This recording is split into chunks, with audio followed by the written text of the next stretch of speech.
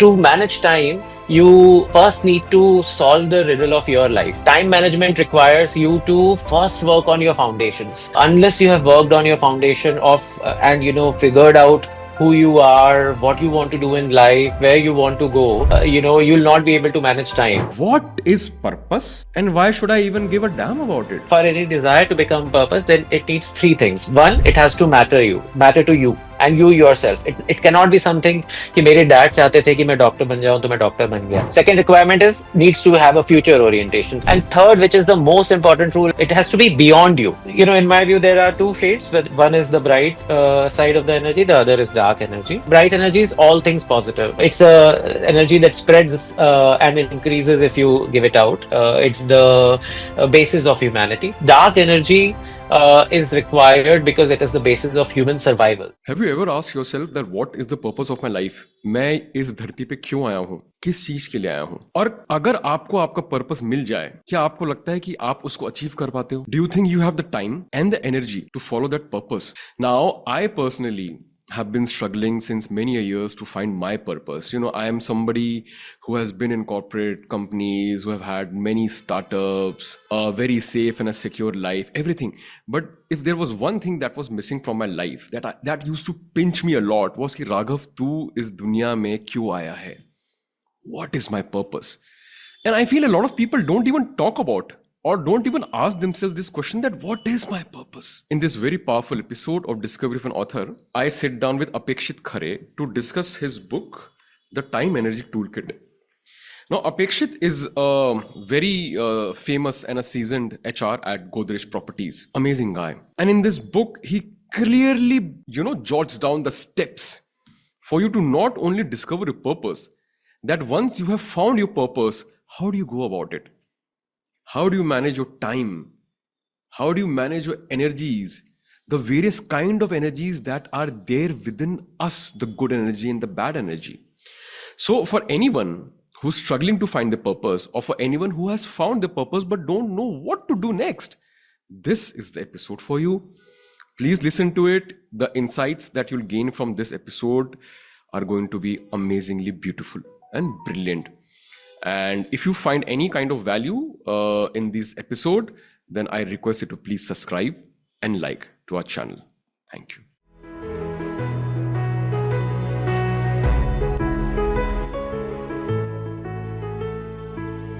Okay, so Apekshit, first of all, welcome to the Discovery of an Author podcast. It is truly an honor to have you with us.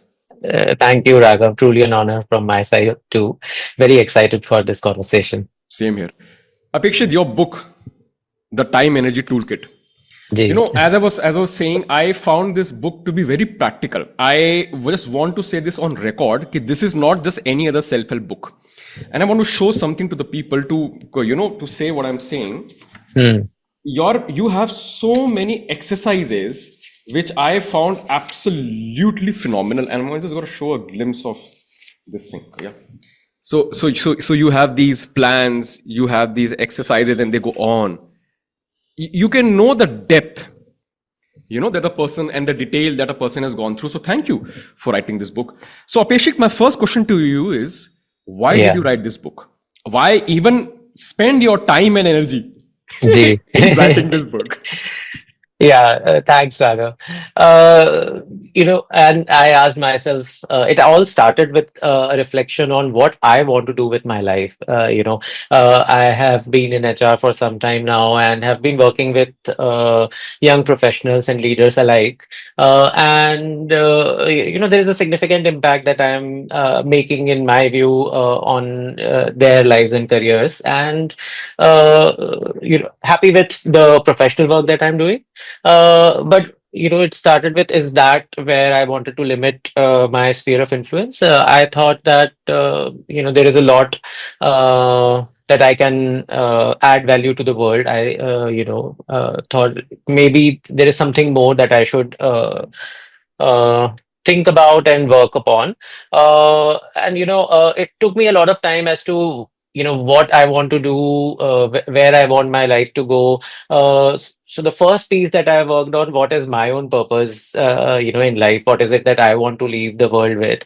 And it took a lot of conversations with senior leaders, mentors, my partner, my family. And I think, I finally arrived at my philosophy, which I call bright life philosophy, which is, living a life which is enriched, which adds brightness to other people's life. Um and this book, then I thought, is one of the pieces. So in my conversations with young professionals and leaders, I was getting one request again and again in the workshops that I was doing with them. Comments like, time kahan nikal jata hai, pata hi nahi chalta. Just a few months back we were ending the year, now the half of the year is gone.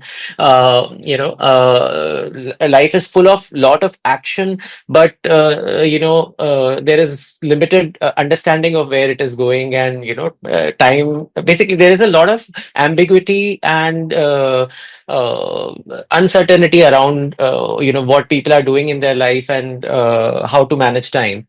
I got a lot of such requests from people that one of the workshops they would want me to take them through would be how to manage time in an office, how to uh, plan around meetings, etc. So I thought this is a need that majority of Indian work population is going through. And here was my purpose, where I thought that, okay, let's add impact in people's lives. And I thought, why not marry? This is a key need coming from a key demographic who I think I can influence positively. And another piece was, I myself had gone through this struggle when I started career, and even today, I think, I'm not saying that just because I have written the book, I'm excellent at time management. Life happens, and there are obstacles that come your way, and all that you have researched and worked on goes out of the window. But still, I think I'll say, with all the research that I've done, all that I've been practicing, I thought that a lot of Western work is available, which does not necessarily translate directly to the unique Indian cultural context. And hence, I thought that, okay, let's write a book on time management, keeping the Indian cultural, and emotional context in mind. I don't want my colleagues to go through the same struggle that I went through, and hence, did a lot of research, wrote this book, and here it is. I'm hoping people are liking it, and it adds a little bit of brightness in their lives. That's why I think I wrote the book. Yeah. Apekshit, I'll tell you what I feel is going wrong in this entire ecosystem. When we were kids and when we were small, the only thing that I remember about my childhood is school Yeah. and playing cricket, Mhm. and maybe having a crush on a girl. Uh-huh. These three things are there. Since childhood, the only thing that we were passed on from our parents or in the school was academic excellence. Yeah. From fourth class is when you go into primary, or 5 years or 6 years, something you go into pre, Mm. till you are 16 when you're in 12th, something like that. Mm. 12 years, 12 formidable years in an individual's life. The society, the educational institutes, the parental ecosystem is all about academics. And I'm talking Yeah. about people who are, in that, even today is the Even same. today. Yeah. 12 years when you're groomed in a way to think only about that eventually you'll not need to study. कि Mm-hmm. 12वीं खत्म हो जाएगी, फिर तो किताबों का कोई मतलब नहीं, पढ़ना नहीं है भाई, Yeah. फ्री हो तुम, जी. उसके बाद तुमको बाइक दिला देंगे, एक बार 12th Yeah. पास कर लो. So it Yes. was all about transaction, that you get the marks, Yeah. you do better, and we'll give you something. Yeah. 12 years of our life, we were taught transaction, we were taught competition, we were taught कि सिर्फ पढ़ के एक बार secure कर लो अपने आप को, life तुम्हारी सेट है. जी. फिर आप कॉलेज में आते हैं. कॉलेज में again it is about the degree, it is about the CGPA, it is about your placements. 16 years transaction, academics, and now job placement. Yeah. फिर आप आते हो कॉर्पोरेट में. Mm. And when you enter corporate, you realise कि it is not college. I cannot act like a college student. I cannot behave like a college student. There Yeah. is something called a professionalism. And time management is a byproduct of being professional. Yeah. Now, you enter an ecosystem of professional environment after 16 years of conditioning, Hmm. wherein not even once did anyone tell you what the hell is time management, what the hell is professionalism. How can you just reprogram your brain in a year's time that has been unprogrammed for 16 years? You don't talk about it like you don't talk about sex, like you don't Yeah. talk about financial education. Yeah. You don't even talk about time management. You don't even talk about being professional. It's academics. Yes. तो जब इस country का ecosystem ही ऐसा है अपेक्षित, तो time management is everyone's problem because it is not a question that they were ever asked. Correct. तो इस इसको क्या बोलते हैं, एग्जिस्टेंशियल प्रॉब्लम को कैसे हम सॉल्व करें? Very well said, Raghav. I think a lot on where we are today on time management draws from our Indian unique cultural ecosystem, our parental ecosystem. They were not taught about time and time management. Their parents were not taught about, and hence generations say this has been coming. As you said, we don't talk about sex. We don't talk about emotions. We don't talk about soft stuff like that. हमारे यहाँ ये सब बातें नहीं होती है. This is the typical, Indian parental piece. And even language. So I also want to bring that, that our language is also not evolved to understand time as a concept. Let's take English language. We say, I don't have time. I can't find time for this. Is time something that anybody can possess? Is this something that you can spend? Is this something that you can have? I think people just don't understand the meaning of the word time or concept of the time itself.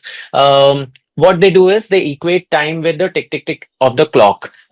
Is what all the answers that whenever I've asked, people equate time with clock and the movement of the clock.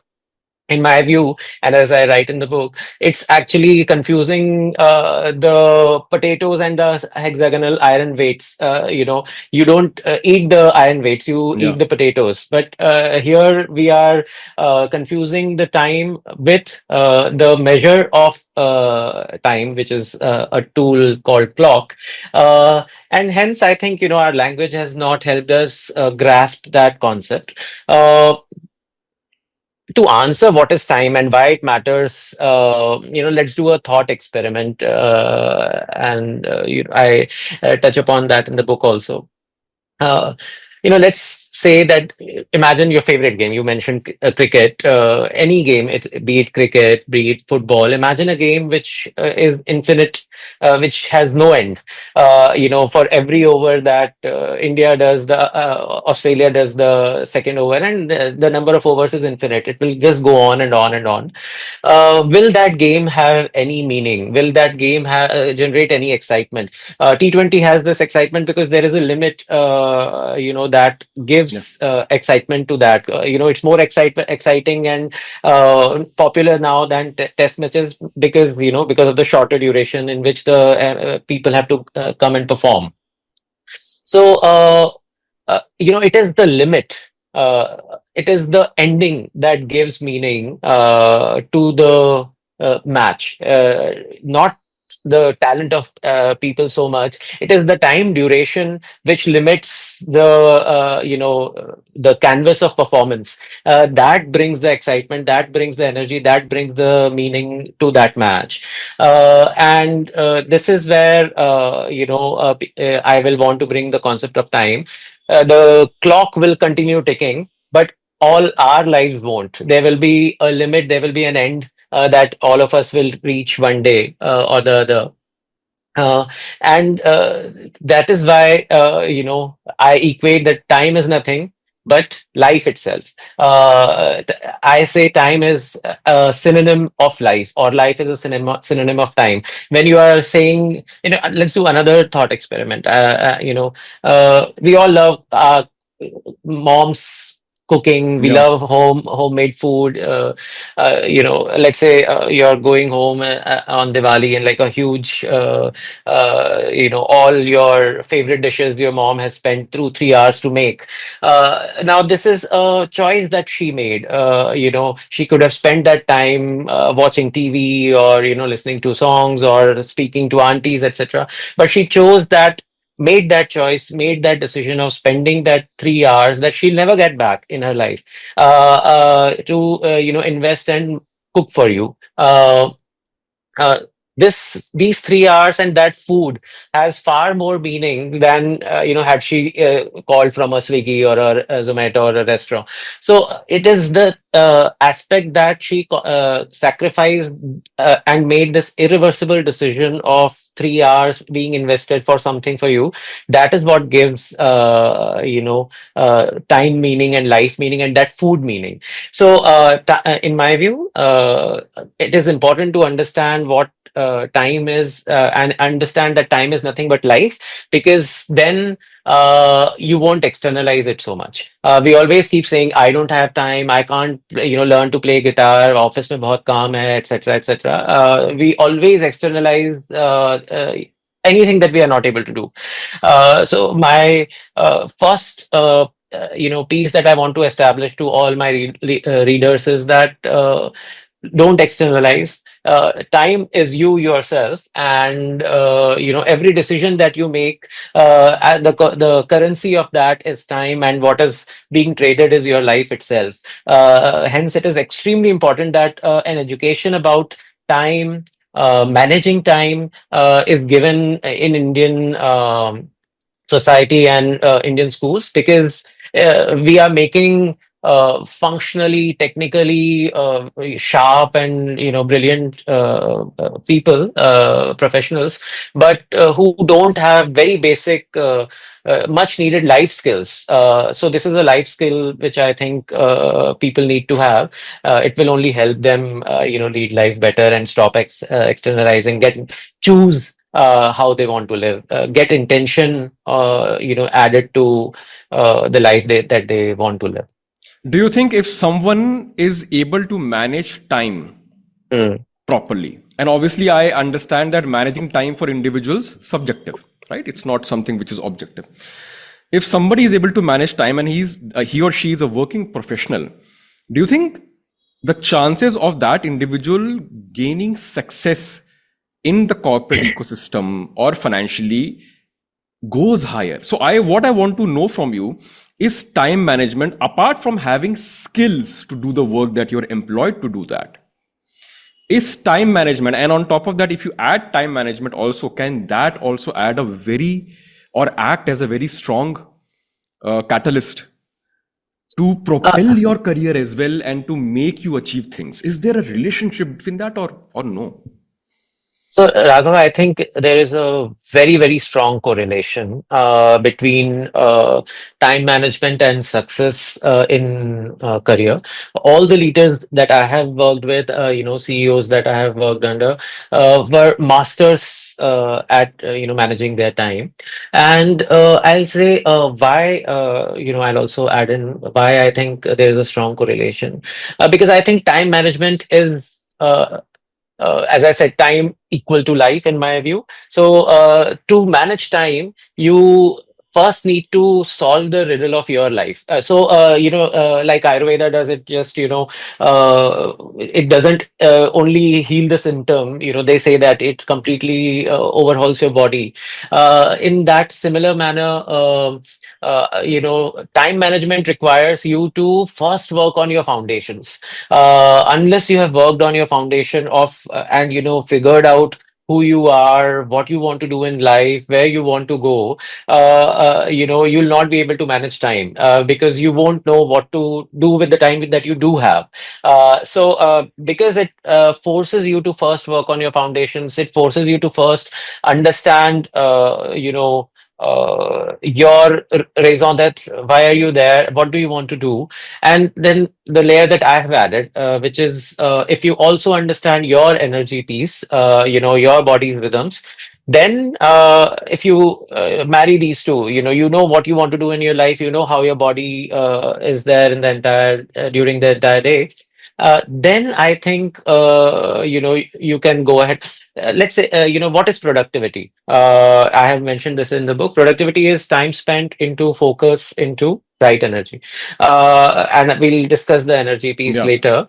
But the more productive you are, success will follow. I think that is also something which we can establish. So if you have to be more productive, the first piece, time spent, what do you want to spend your time on? Why do you want to spend your time on? That those questions need to be first answered. Just for focusing on how do I improve my focus, what do I do energy, these pieces won't work. So success will follow only when you know why you want time and what to do with the time that you do have. Hence, I think time management, because it makes you work on your foundational piece, helps you eventually in all the aspects of your life, because you now know, okay, this is where I want to go. Now let's run towards it. Perfect, brilliant. That's what I use. I used to think about it. Is time management that important or not, specifically when it comes to financial or corporate or career-wise success? But I'm very glad that we got it cleared, because I think this is extremely essential. You need to know what you're doing, the skill set. Plus, if you are able to manage time, I think you can also get more work done. I mean, what do you think, Apekshit, when people say that humans or human brain was not meant to multitask? Are they missing something? Because multitasking is again a product of good time management. So I have two views on this. One is and coming from the scientific piece, let's understand the concept of focus, and how it manifests and helps us in managing time. uh, so our brain has a lot of receptors in our prefrontal cortex that need to fire, and that get signal from all our five senses. And what is focus? I will want to call out the I think Mahabharata story of Arjun looking at the bird's eye, and only able to see the bird's eye. That's a classic example of how focus helps. All the other senses, information that was coming into his brain from all the other senses, he could cancel it out and only see the bird's eye.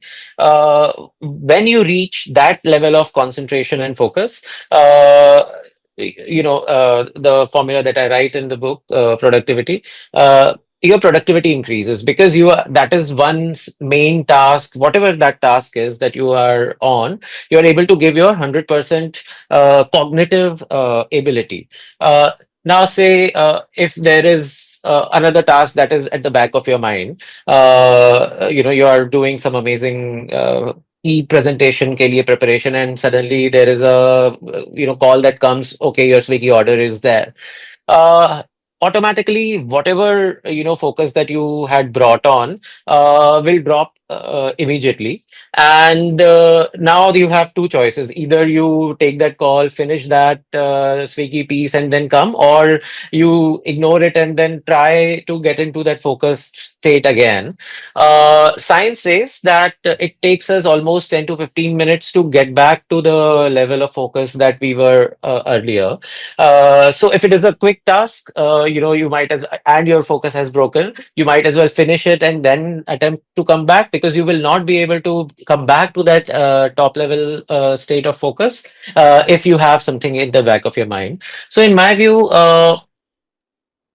single tasking at a time is definitely the correct way to go about planning your day. But if there are these mini notifications or obstacles that come, and if the work can be finished in 2 to 5 minutes, if you have been interrupted, might as well finish that and then attempt to come back to the focus state of focus again, because you will not be able to reach the high performing stage if there is something at the back of your mind. That's the Makes sense. Yeah, makes sense. That's a beautiful answer, Apekshit. Acha, now Apekshit, okay, we are coming to the meat of the curry. And this question has, bothered me as well. And I know a lot of people who do not even know what they're after in life. Yeah. So when I say what they're after in life, I mean there is a clear lack of purpose. And why I think there's a lack of purpose is because it was not in our dictionary for those 16 years. Yeah. Again, the goal was a transaction based goal. Yeah. You have A and you get B. And once you get B, you are set for life. Yeah. Simple life. That's how our country evolved. So our parents passed on the same thing. Our educational institutes were also developed in a similar mannerism. I'll tell you how I discovered that I need to think about a purpose. I used to like a girl. She did not reciprocate. And I'm like, अब मैं दिखाऊंगा मैं कौन हूं. And that is when I started. उस time तो YouTube था ही नहीं अपेक्षित. जी. उस टाइम शायद YouTube नहीं आया था. उस टाइम BlackBerry मैसेंजर्स यूज करता था मैं. Okay. I was in Bombay. Narsee मुंजी का पास आउट हूं मैं. Okay. तो हम BBM यूज करते थे उस टाइम पे. But I think I must have read some book. Self help man oriented book पढ़ी. No More Mr. Nice Guy. Yeah. Okay. And I think I also read Robert Greene's Laws of Power. Fabulous book. Of course, he's a dangerous man. Yeah. Because he is also hurt. I mean, he was. Yeah. So I was like, कि अब मैं दिखाता हूँ मैं कौन हूँ. Let me try to find my purpose, and one day she'll regret. Yeah. So my path towards purpose was via lust, was via the physical attraction, was via कि oh, I need that girl. Now, such triggers can seldom happen in a person's life, and even if they do come about, people do not give them any heed, or they do not think about it. Yeah. Most of my friends, Apekshit, are in good companies, earning well, celebrating all their festivals. सबके बीवी बच्चे हैं, सब खुश हैं. सुबह निकलते हैं, रात को आते हैं. Their parents are happy because they are following a formula. जी. वो कुछ गलत नहीं कर रहे हैं. See, the trick is here. They are not doing anything wrong. Yeah. Maybe for them, subconsciously, their purpose was to mimic their parents' life of stability, of having a family, of having some form of income and enjoying your life, of being a consumer. So subconsciously वो उनका purpose है. तो उनको purpose ढूंढने की जरूरत ही नहीं है. So which brings me to the point. What is purpose? That is first part. कि purpose होता क्या है? And why should I even give a damn about it? So, Raghav, very rightly, you said that for 16 years we have not been taught. We have just been running towards one goalpost कि अच्छा ये 12 साल कर लो, उसके बाद college में placement ले लो. So and these goalposts have just been shifting. So even after joining the job, it's okay, perform for 2 years, then you get your next promotion, then your next promotion, then your next promotion. Then so there is one goalpost for 1 or 2 years, then it shifts to the next goalpost, and that's how we have been brought up. And there is this very amazing concept that I want to bring out here. Buddhists call it that all of us we are all monkeys and we all have monkey minds. What does a monkey want? That monkey mind want the next new shiny bright object, whatever is there. So this is how we have grown, in India, just wanting, lusting for the next new shiny object, whatever that is. When we get that shiny object, we get some materialistic, hedonistic pleasure out of it, which stays for say 1 or 2 days. आप promote होते हो, you feel amazing, you feel great, party कर लिया 1-2 दिन, उसके बाद then you are back to your regular baseline level of happiness or life wherever you were. So these goalposts, even when you achieve, they give you transient happiness, and you'll keep running towards, like rats in a race, to the next goalpost, to the next finish line, and never eventually reach that Shangri-La of happiness. So there is no Shangri-La waiting for us. There is no, there's nothing which which we can say that okay, bas ye ho jaye, and then I'll be, perfectly happy, which will have my life. So what can then give us lasting happiness? If you and all of us, I'm sure, want to have happiness that lasts, contentment in life. We want to live high quality life, where you're happy, your family is happy, everyone who's near and dear to you, has good quality life. if these goalposts can't give, then naturally the question is there something else that can give? And there is this beautiful quote by a Stoic philosopher called Seneca. He says that to a ship that knows not to which harbor it sails, no wind can be favorable. आपको पता ही नहीं है which harbor do you want to go to, then how can you say that this wind is favorable or that wind? You'll just keep jumping here and there, and that is where purpose comes in.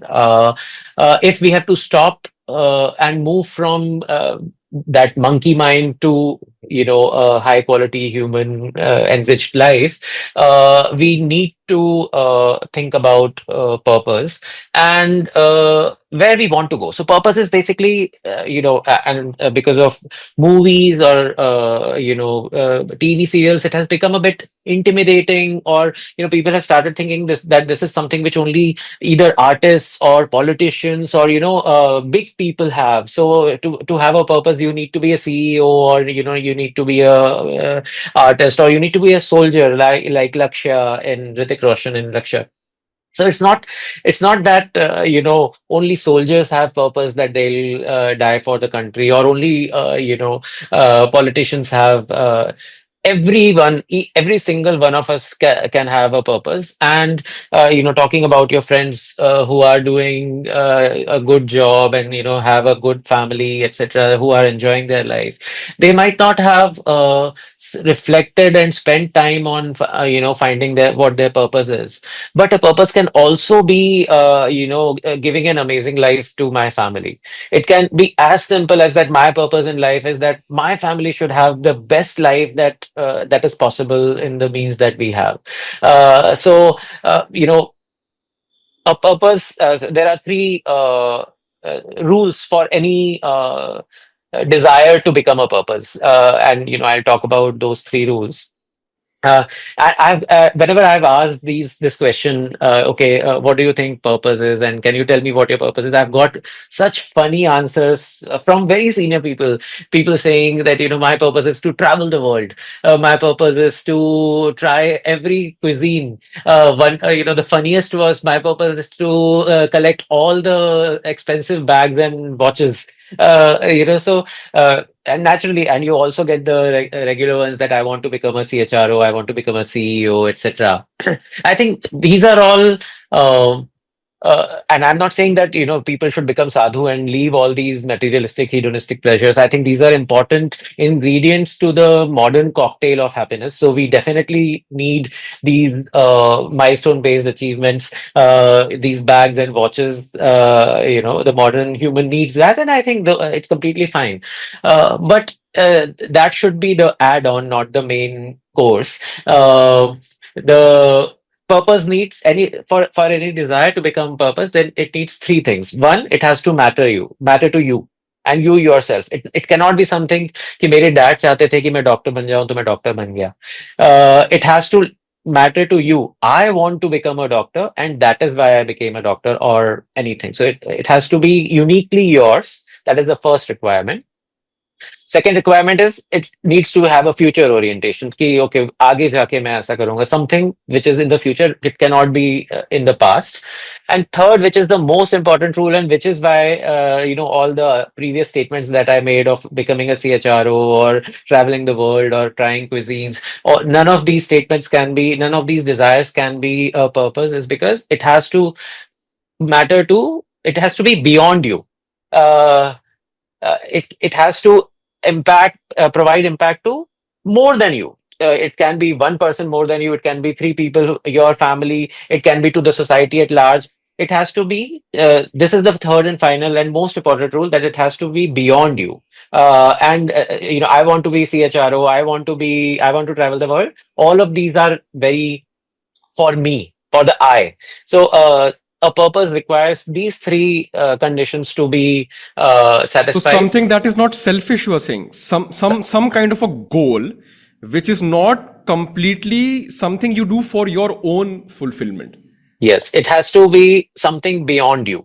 But it will Uh, give you fulfillment also.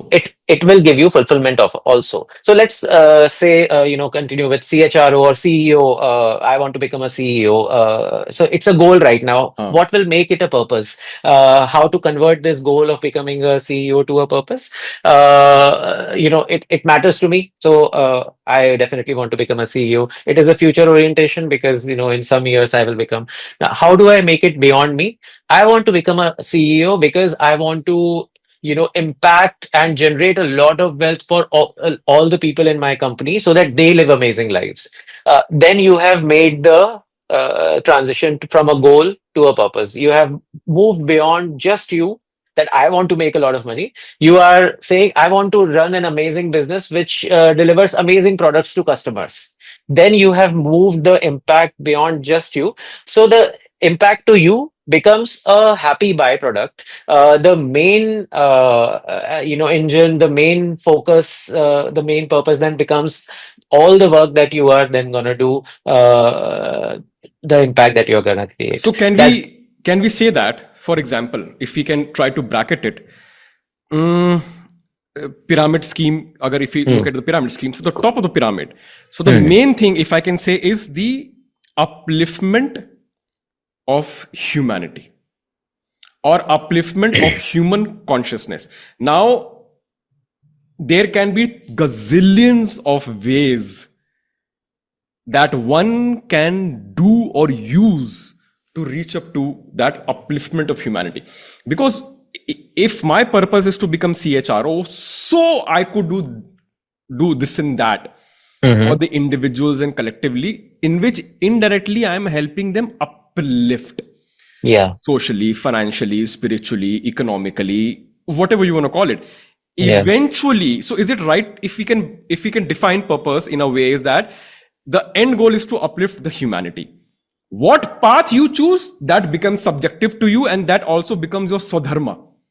yeah, What is aligned with your constitution of the yeah, body and the mind and of the consciousness, and Ji. then that can become your purpose in moving towards that human consciousness, evolution, or upliftment of humanity.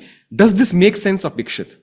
I think makes perfect sense, Raghav. A very succinct way of mentioning what purpose can be. It is basically, yeah, completely something that adds value to others and uplifts them, makes their lives better. That creates positive impact, positive change. Basically, leaving people better than how you met them. That's what purpose is. Now we come to the second half. Now that we have defined what is purpose, now that we have understood the mathematics of purpose and Hmm. the theory as well of the purpose, now let's go to the practical aspect of purpose. Now let's try to apply the purpose. Again, I'm going to take the example of my friend who's leading a very good life, family life, A1, perfect, everything on paper, Sachin Tendulkar. Ji. Let's say I stumble upon this podcast. I got to know about there is something called purpose. I read some book. I'm like, this purpose.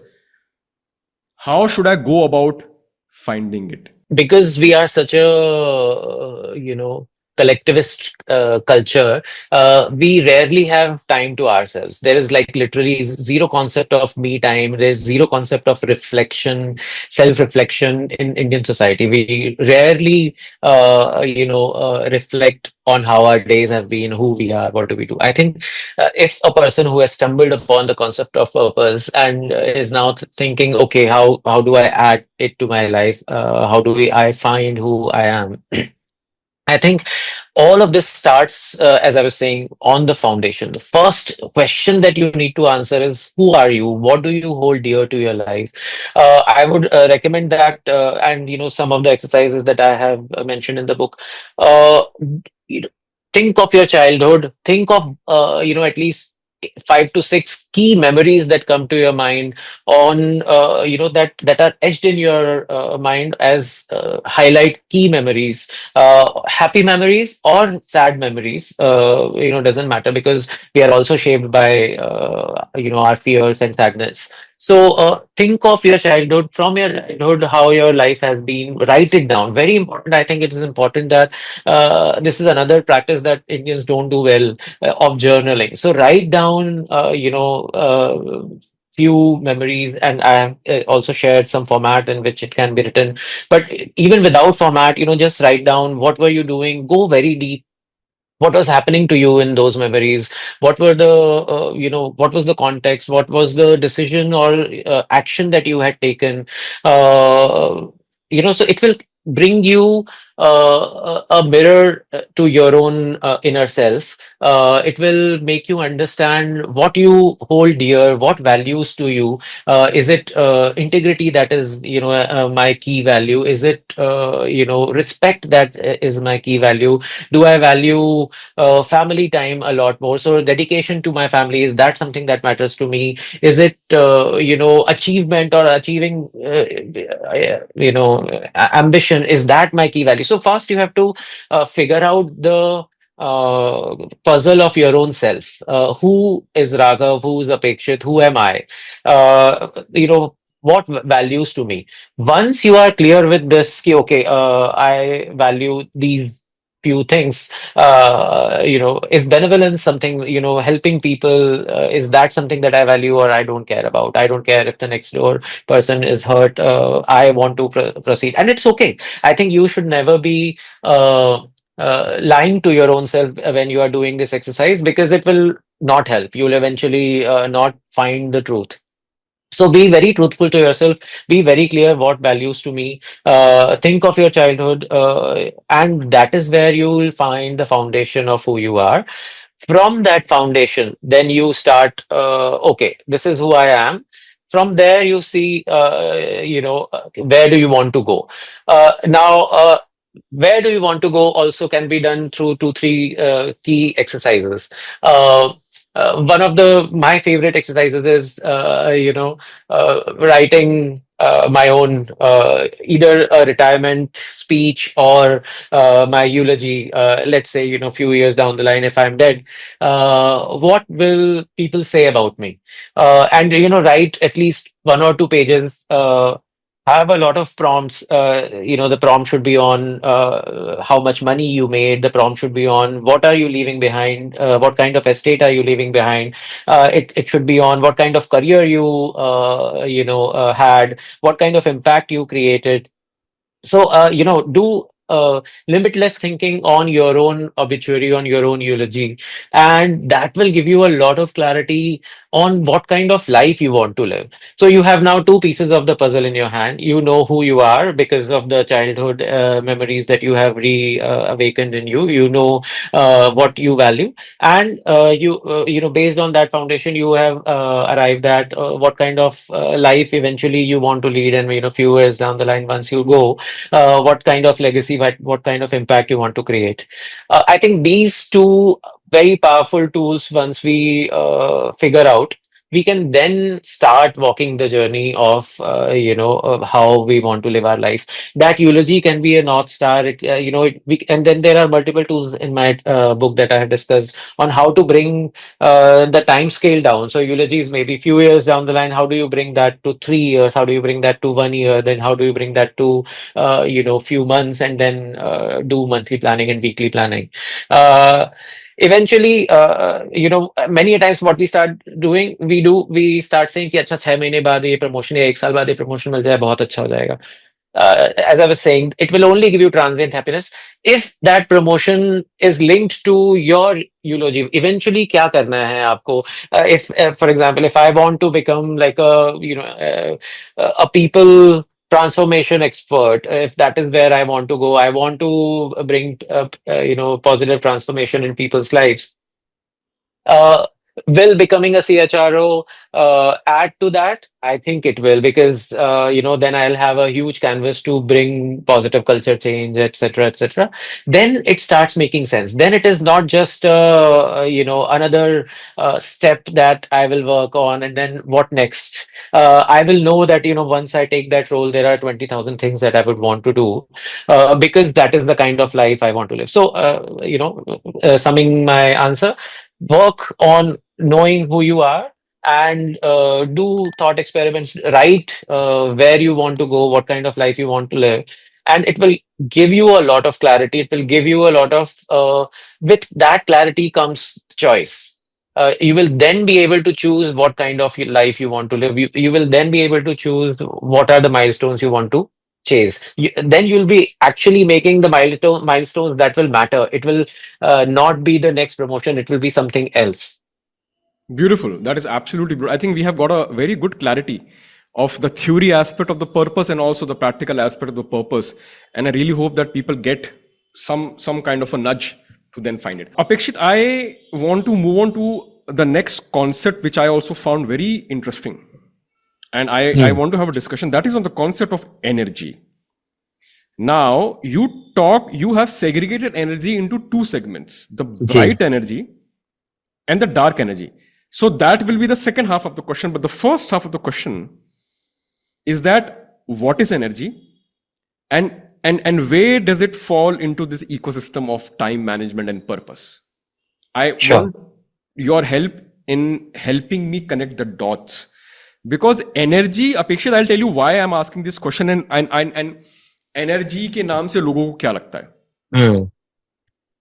Energy is equivalent what normal people think is something that athletes need is something that if you have a healthy body you'll have not to get tired to be energetic more or less and to fall asleep when you know the day is done and I'm feeling tired not कि मैं सुबह उठाऊं मुझे tired लग रहा है ये लग रहा है that is energy that is one practical form of energy that we know and the second form of energy that we know is metaphysical you know a lot of in spiritual realms because right now spirituality as a subject has really found its audience and Hmm. it's an era of spirituality at least from the content creation's perspective so Yeah. energy is talked about a lot so आप बताइए what is energy and what's its equationship with purpose and time and why is it such a part of your title it is the time energy toolkit over to you Ji. Apekshit.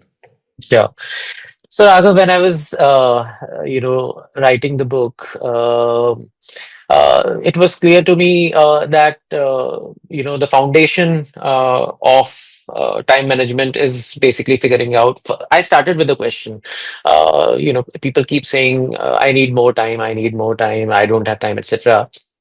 My question was, why? Why do we need more time? What are we doing with the time that we do have? Uh, you know. And hence the question of purpose came in. It was to figure out, okay, what is it, why I want more time. So the purpose answers the question of why I want more time. uh, Energy answers the question of what am I doing with the time that I do have. Mhm. The energy that I have talked about is not necessarily physical energy, and it is also not necessarily metaphysical energy, which is the reiki and all of that. My concept of bright and dark energy that I took was actually inspired from yin and yang. I did a lot of research on that also, and what I thought, all of us have these two shades of energy within us, and these are the two batteries that power our body. And ऐसा नहीं है कि there are times when only bright energy is powering and dark energy is completely dead. Or there are times when dark energy is powering bright energy. These are in various proportions working. Sometimes you feel more bright, sometimes you feel more dark. There are triggers that come, in our environment, in our daily lives that bring either the dark or the bright energy outside. But eventually, that is the battery, that is the core that is keeping us alive, and is making us. If I may use the word, given time and energy. In my view, time management cannot be done till the time you have your foundation in place, which is purpose. And time management cannot be done till the time you know who you are and how your body is, because all my planning can go for a toss if my energy is not supporting me to do that. And for example, we were discussing about having an evening peace, but since I have done that much reflection about my own energy rhythms, I have found that after some exertion outside, I won't have that much energy to have a deep, meaningful discussion later. And that is why we are doing this conversation today in the morning.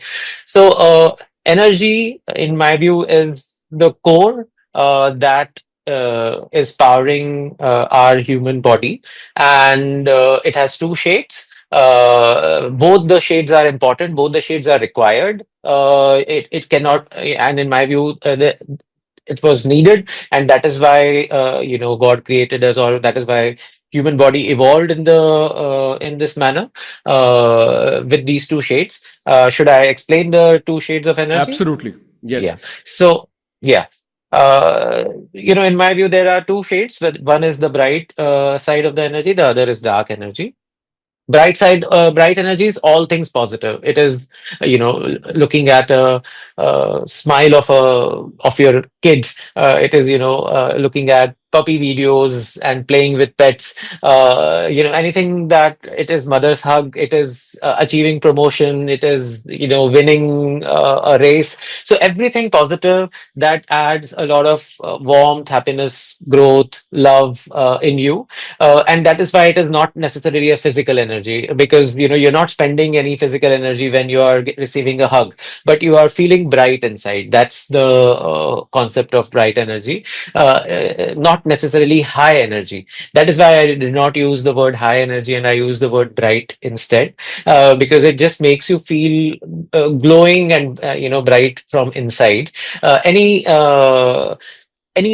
aspect that makes you feel glow from within, feel bright, you are experiencing bright energy.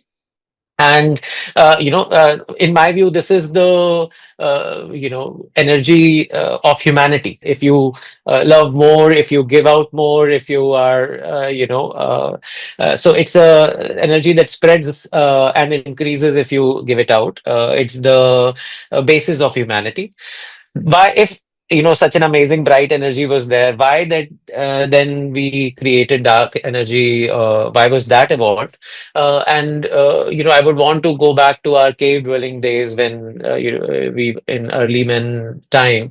uh, you know uh, had everything been just bright and happy and happy go lucky, it would we would not have survived. We needed you know to know that, okay, snake is bad. We needed to know that there can be predators all around. We needed to know how to react to those predators when they come.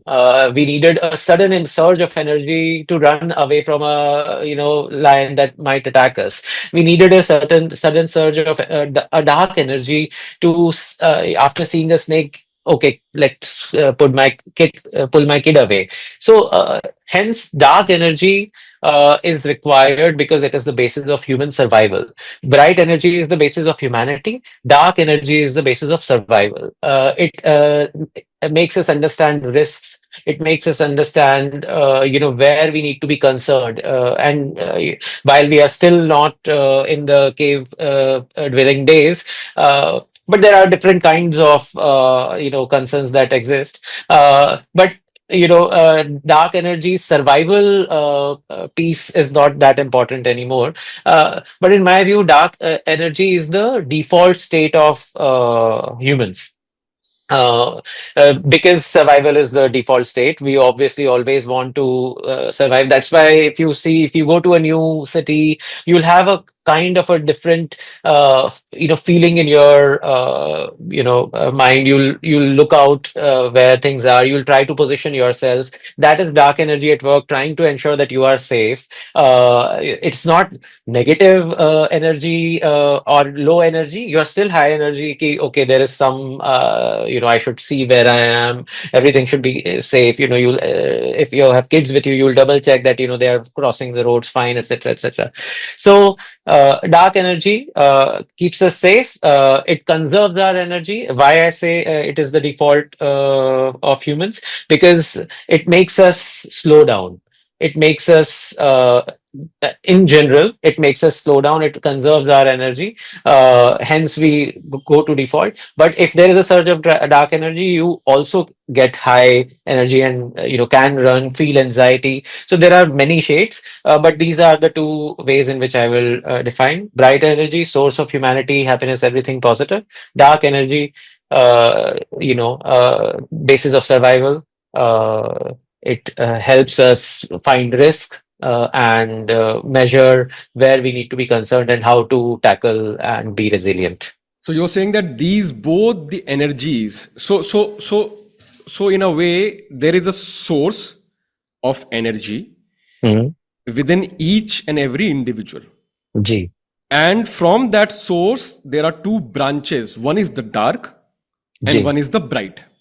Ji. It's like a sympathetic and parasympathetic nervous system. One is fight or Yes. flight, and one is relax, ki there is no threat.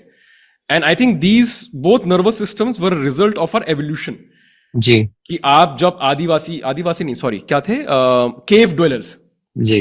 Cave dwellers थे you knew that there was no agriculture जी. Agriculture based society थी नहीं तो जी. आपको खाने के लिए बाहर ही जाना पड़ता था और आपके सिस्टम को पता था कि यार आज मैं शायद वापस नहीं आऊंगा Hmm. So you were always in that fight or flight mode कि I Hmm. Need to save my self secure the food and bring it to my family so that they can sustain जी. And once we moved on to the agricultural society जब हम अपना खाना उगाने लग गए Hmm. people started getting calmer. So, Hmm. Apekshit, that means every individual has a mix of both the energies. जी. आपका dark energy भी होता है, आपका ब्राइट एनर्जी भी होता है. Hmm. What I want to know, जैसे in Ayurveda, it is said that all the individuals have all the three kind of doshas. Yeah. Or gunas. Sorry, doshas होते हैं उनको, which is the sattva, rajas, and tamas, and they are intertwined in some proportion or the other. Somebody has this high, somebody has this low, somebody has this high, and that's where. And if you want to lead a healthy life wherein you do not have any diseases, eat certain kind of foods which will increase your sattvic ji. constitution, which will decrease your diseases occurrence. Hmm. Hmm. तो इस case में भी I want to know क्या dark energy बुरी ही चीज होती है और क्या हमको सिर्फ ब्राइट एनर्जी पे फोकस करना चाहिए और it is situational.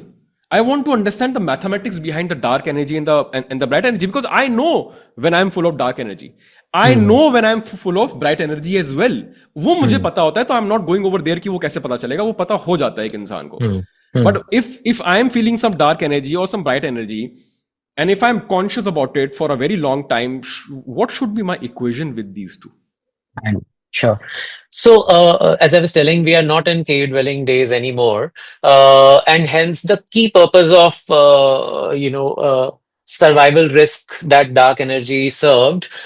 It thankfully doesn't get that chance to do anymore. So there are not predators, roaming around. Uh, that said, and hence my recommendation is to lead a higher quality life. Harnessing bright energy more and more can be a good strategy. I'm talking about strategy, broad strategy right now. To harness more and more bright energy, it will help you deliver more and more, and you will be performing at your best. Because when you're feeling brightest, you are normally able to deliver your maximum. That said, dark energy has its own place, and that is why we still have it. There are times it is important that you feel that concern when step out late night in a city like say Delhi or any place unsafe. So it does serve its purpose. You need to feel concerned. You need to prepare for it. It will make you prepare for it. Had you only felt bright all the time, you won't have prepared, you won't have sent your location to your parents or people to track. But it is that concern that your dark energy has brought up that has made you take steps so that you are safe, or you feel much more confident in navigating whatever negative piece you are navigating. So whenever there are negative occurrences in our life, dark energy does play a part in making us aware of it, making us take steps to avoid it, in making us help deal with these negative instances better. So dark energy does serve a very important purpose.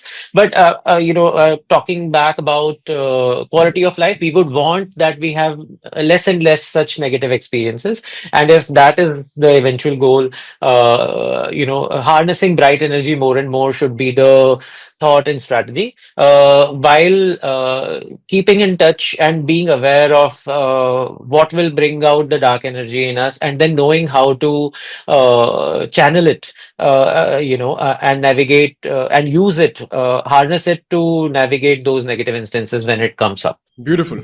Absolutely. I found this concept of dark energy and bright energy.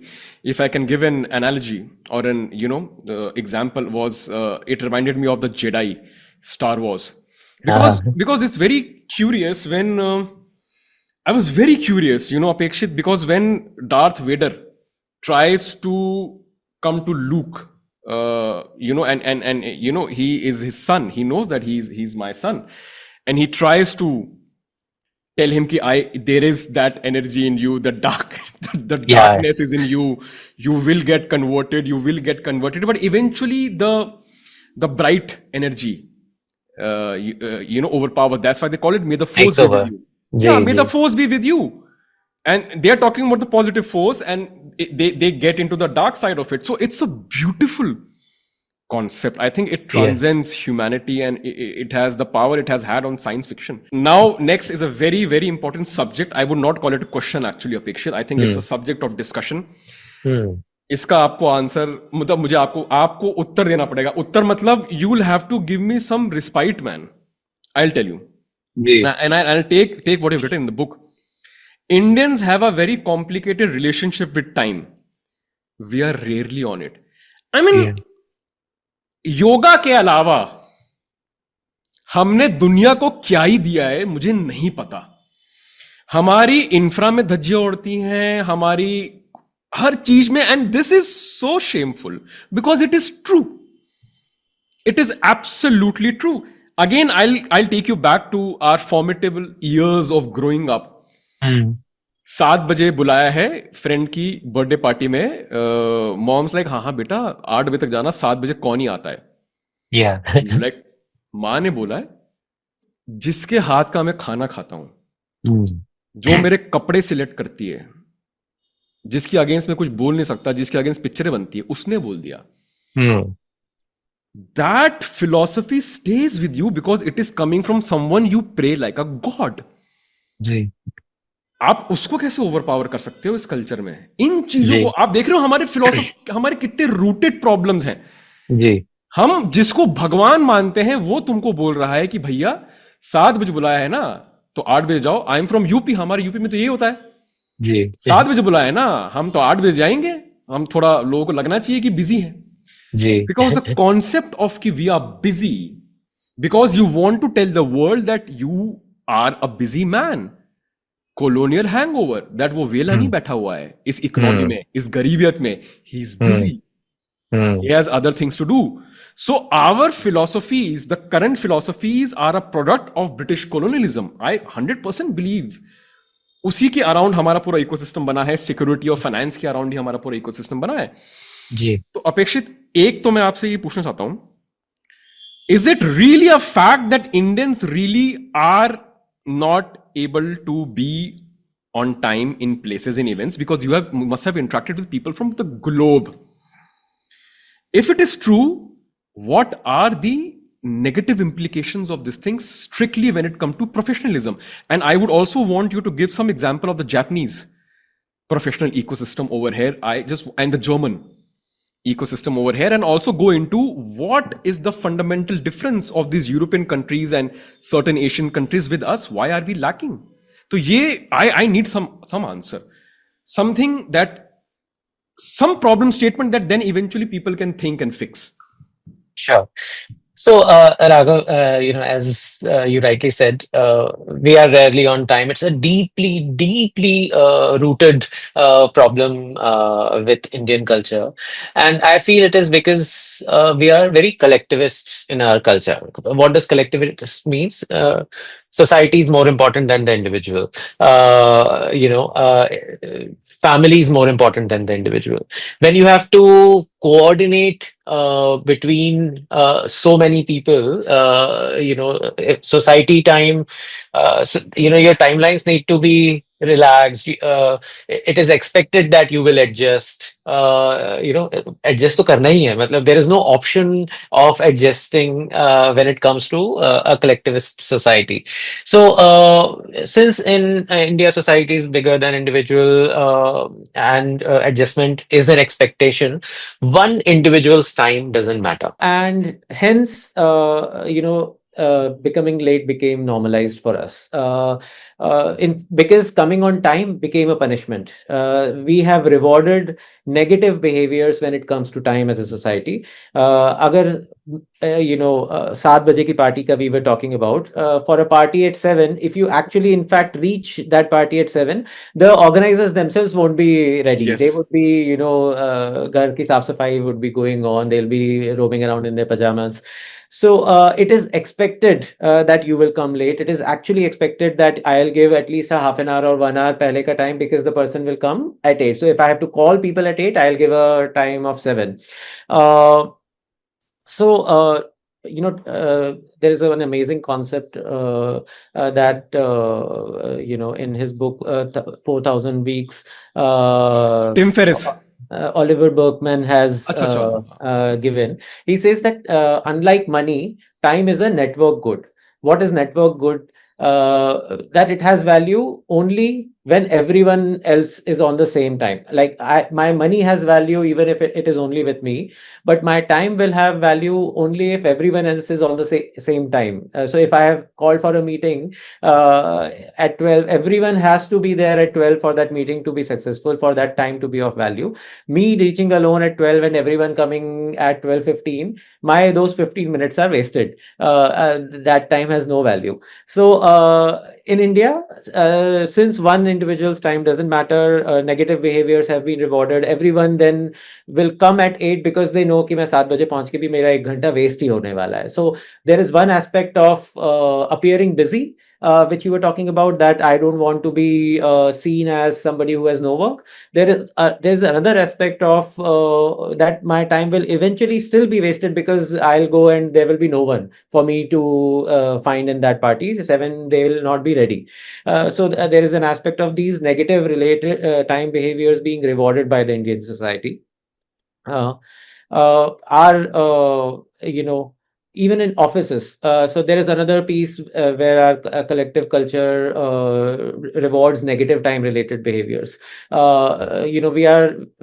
always give deference to our elders, to and that translates to being extremely polite and sort of even fearful of our managers, when it comes to workspace. And that leads to so many negative time related behaviors. Jab tak manager is there in office, we will not be able to leave, even if we have some urgent work at home, even if there is something else, even if our work is done. But if the manager is there, and if the manager continues to stay till 8, I will stay till 8. And managers also feel that they own people's time. Even if a person is about to leave, they'll say, no, first finish this and only then go. So there is so much power difference between managers and employees in India, that these negative time related behaviors are sort of reward. In fact, I have written in the book also that in India it is not deep work which is rewarded, which is valued. It is not even hard work which is valued. It is actually long work which is valued. The longer you are in office, even if you are not doing highly productive work, you will be seen, you will appear as somebody who's extremely sincere, who's adding a lot of value, and you will be rewarded accordingly in the form of better increments, promotions, ratings, etc. So India as a country, Indian workplace as a corporate rewards long work. It does not reward deep work or hard work. But doesn't the same thing happens in Japan? They have a bloody term for it as well, right? Wherein you have instances of people dying whilst working. So if it is something similar that happens in Japan, can we say that what they are doing is genuinely long plus hard work? And what we are doing is pretend long work. So I still want to understand, क्योंकि वहां पर भी ऐसा ही होता है. It is the Asian ecosystem ना. ये तो जी. एशियन सिविलाइजेशन का प्रॉब्लम है. Yeah. तो वो मैं थोड़ा जानना चाहता हूँ कि क्या डिफरेंस है फिर जापान और इंडिया के लॉन्ग आवर्स में. So I'll again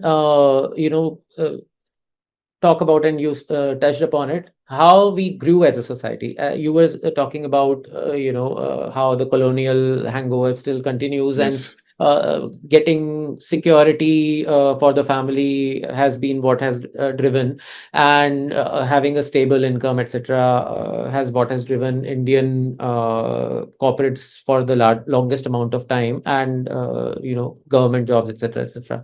So what drove us was the regular income coming at home, not necessarily an ambition to deliver something really out of the world. We don't have philosophies like Kaizen. We don't have philosophies like those Japanese work philosophies that are there. Indians do not have those Yeah, we don't philosophies have that are that. driving them. This whole philosophy of ikigai, purpose and ikigai are so similar. Japanese people have these strong work philosophies that have shaped their corporate.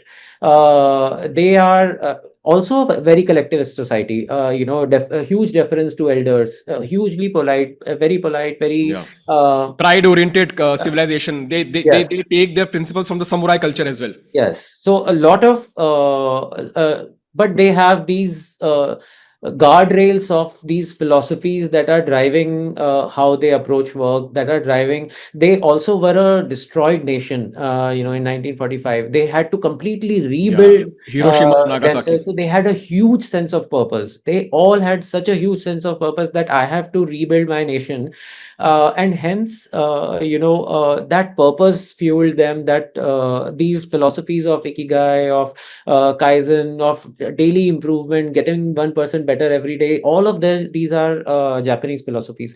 So they had such strong philosophies, and even their education system, their schools, they are taught all of these pieces from the childhood. They are taught how to manage time. They are taught how to do their own work. They clean their own schools. All the kids, they do wash their own utensils. So everything is taught from the childhood. I think if you have an amazing Japanese upbringing, you are really prepped for a great hopefully successful life ahead, because they really instill amazing philosophies and these important concepts that are life skills. So they instill life skills in you when you are a child. In India, we are instilled only functional skills and technical skills. That is where the problem is, the differences, in my view. Apekshit, there's something interesting that we do. So we have a community of readers. So whenever any new author comes up that we know we're going to interview him or her, we share the link of his work on the group saying this is the author, and then people can also purchase the book and send a question to me. Okay. If I like it, I will take their name and ask that question to you. Okay. So we did that for your book. Okay. We got around 25 questions submitted, out of which I selected one question which I felt was really nice. Okay. So this question is by our community member Prashant, and this is his question for you. How has technology impacted our usage of time? And he's saying specifically, talk us about the negative aspects of it without being diplomatic. Because we all know that we have been impacted by it. Every single one of us are impacted by it.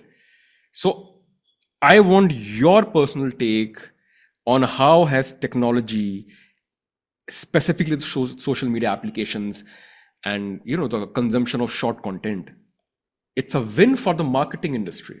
Yeah. But is it a loss for humanity? Thank you for your question, Prashant, and thanks, Raghav. I think amazing question and very pertinent for the life that we are living today. In my view, I think technology can be both very useful, and it is also a bane when it comes to managing our time. We talked about dark energy earlier. Things and activities that create dark energy, I call them dark matter. In my view, a lot of aspects of technology have created a lot of dark matter for us. Uh, we have our phones are massive guzzlers of our time. They are one of the biggest dark matters that we interact with. I was doing a research for the book, and I found imagine Statue of Liberty, the amount of scrolling that an average human does in today's day and age.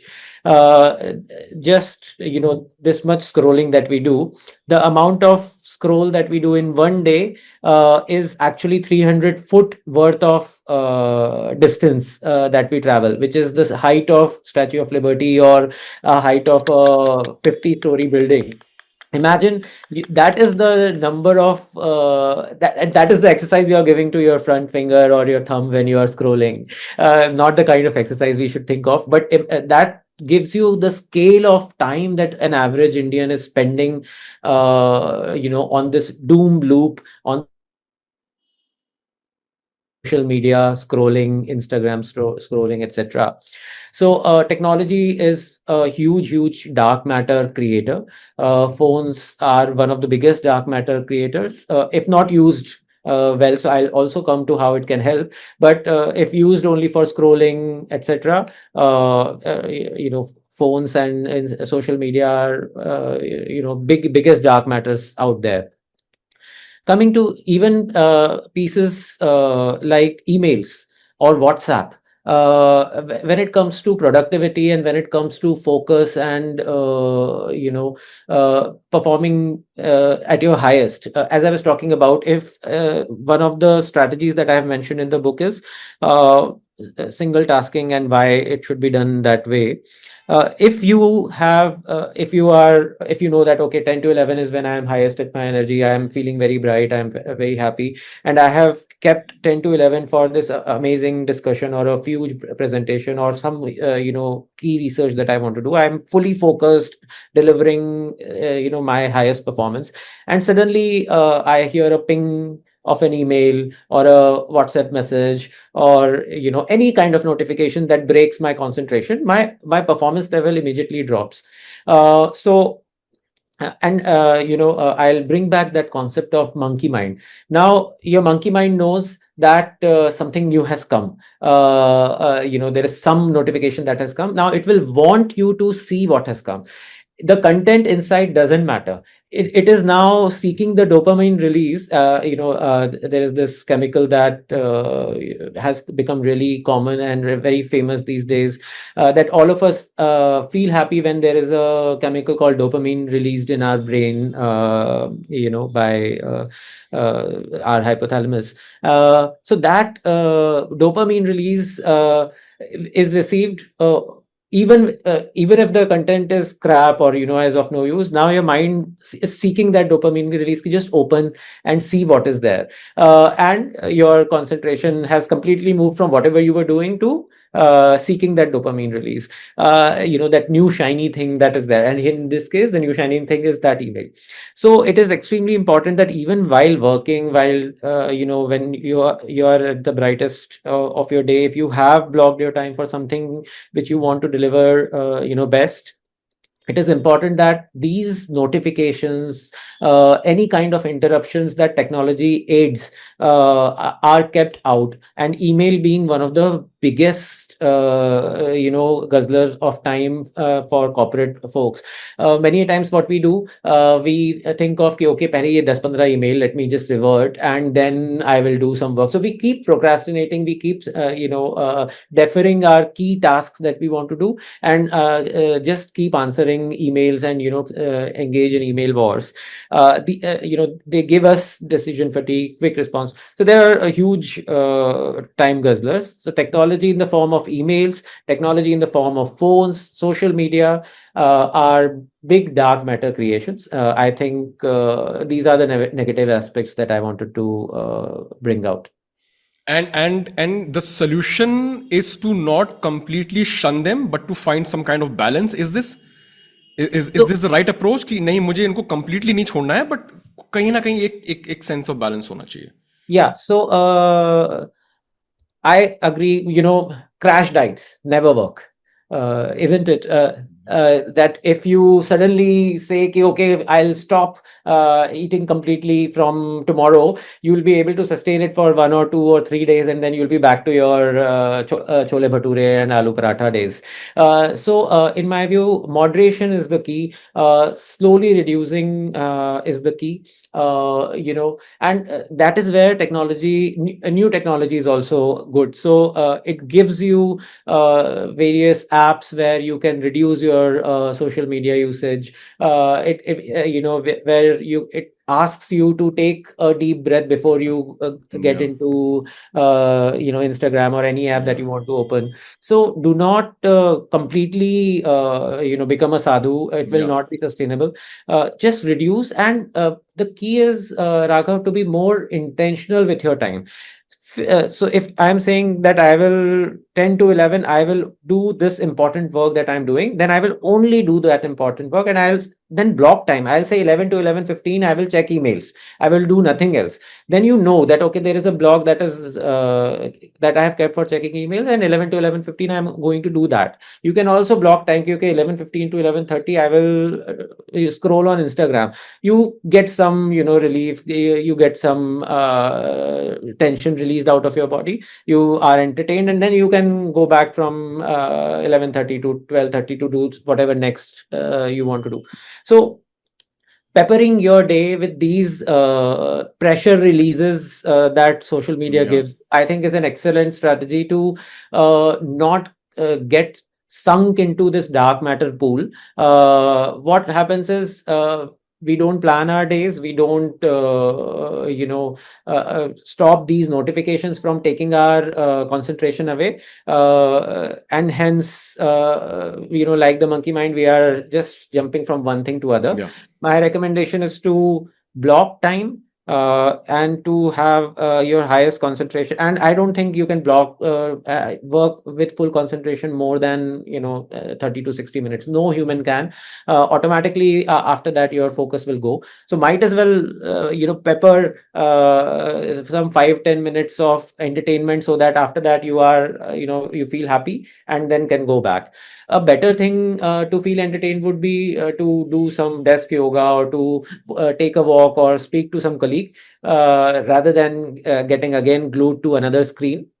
But if as I said, yoga or colleagues can come later, if that is something which you feel really, really addicted to, then do it in this manner. I think that is what my recommendation would be. Yeah, beautiful. That is really nice. I'm very happy that we didn't have a very diplomatic discussion around this thing, because people generally tend to be very diplomatic, and they do not tend to accept the negative aspects that is actually hampering ji, our lives. There are times when I have to log out of my Instagram for a couple of days.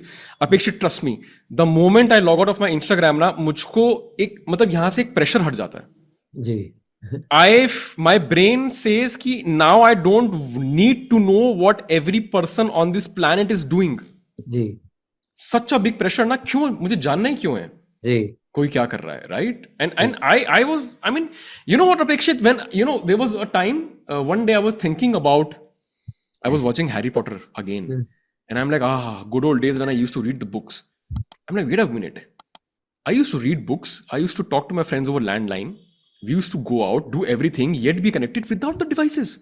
yeah, And when I was trying to think कि मैं without mobiles and everything हमारी दिनचर्या कैसी होती थी.